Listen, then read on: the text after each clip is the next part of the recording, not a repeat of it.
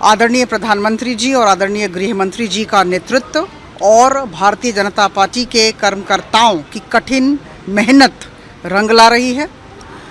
दिशा निर्देशन भी सही मिल रहा था और लोगों को भारतीय जनता पार्टी की विचारधारा अच्छी लगी और नेतृत्व अच्छा लगा। हमारे प्रधानमंत्री जी की कार्यशैली उन्हें पसंद आई, यह इसका परिचायक है।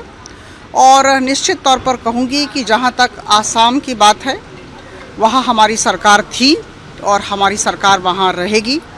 श्री हेमंत बिश्व शर्मा जी ने बहुत ही अच्छा काम किया है, तो मुझे लगता है कि जो गुड गवर्नेंस का माहौल वहाँ बनाया गया है उसे जनता चाहती है कि और आगे ले जाएं। आसाम पूर्वी भारत का, नॉर्थ ईस्ट का, पूर्वी प्रदेशों के भीतर बहुत अहम जगह ले, ऐसी उनकी मंशा है और इसी वजह से हेमंत बिश्व शर्मा जी के कार्यों को सराहना मिली। और मैं निश्चित तौर पर कहूँगी कि माँ कामाख्या का आशीर्वाद भारतीय जनता पार्टी को मिला। और जहाँ तक पश्चिम बंगाल का सवाल है, मैं बहुत ही स्पष्टता के साथ कहना चाहूँगी कि 3 सीटें एक समय में हमें मिली थी। उसके बाद जब 2021 में इलेक्शन हुआ तो हम 77 सीट पर आए और ऐसा लग रहा था कि हम निश्चित तौर पर सरकार वहाँ बनाएंगे, डबल इंजन सरकार आएगी, ऐसा हमने कहा था।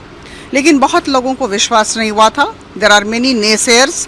लेकिन देखिए, जैसा कि मैंने कहा, पार्टी की विचारधारा, हमारे नेतृत्व की जो कार्यशैली है, लोगों को अच्छी लगी और लोग डबल इंजन सरकार पश्चिम बंगाल में चाह रहे हैं।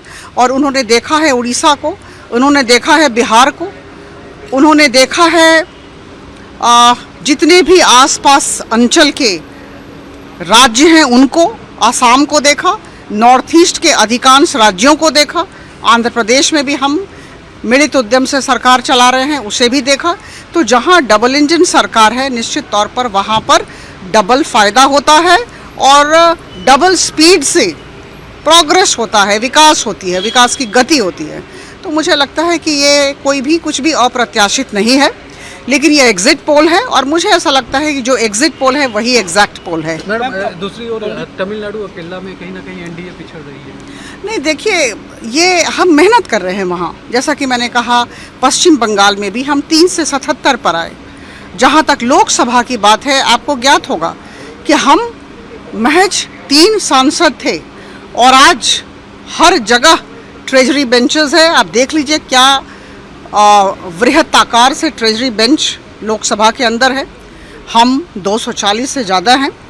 तो ये एक हम प्रगति पथ पर अग्रसर हैं। लोगों को हमें समझने में मुझे लगता है अधिक समय लगेगा। जहाँ तक दक्षिण भारत का सवाल है, जहाँ तक केरल का सवाल है, जहाँ तक तमिलनाडु का सवाल है, जहाँ तक कर्नाटका का सवाल है, निश्चित तौर पर हमारी विचारधारा को वो धीरे धीरे समझेंगे। और मुझे पूरा विश्वास है, बहुत विनम्रता के साथ लेकिन आत्मविश्वास के साथ कहती हूँ कि मुझे पूरा विश्वास है कि उन्हें हमारे नेताओं की कार्यशैली अच्छी लगेगी और डबल इंजन के फ़ायदे उन्हें समझ में आएंगे और आगामी वर्षों में आप देखेंगे हम वहाँ भी अच्छा करेंगे। मैम, पांडिचेरी की बात करें तो वहाँ एनडीए की बहुमत की सरकार बनती दिख रही है। बिल्कुल, देखिए, जैसा कि हमने सोचा था वैसा ही हो रहा है। कोई कुछ भी अप्रत्याशित नहीं है। पुडुचेरी में हम अपनी सरकार बनाएंगे, पश्चिम बंगाल में हम अपनी सरकार बनाएंगे और जैसा कि आशा किया जा रहा था, हम बम्पर जीत हासिल करेंगे आसाम में। तो जैसा सोचा था वैसा हो रहा है। जैसा कि मैंने कहा, हमारे कार्यकर्ताओं की यह बहुत बड़ी जीत है और हमारे नेतृत्व की जीत है।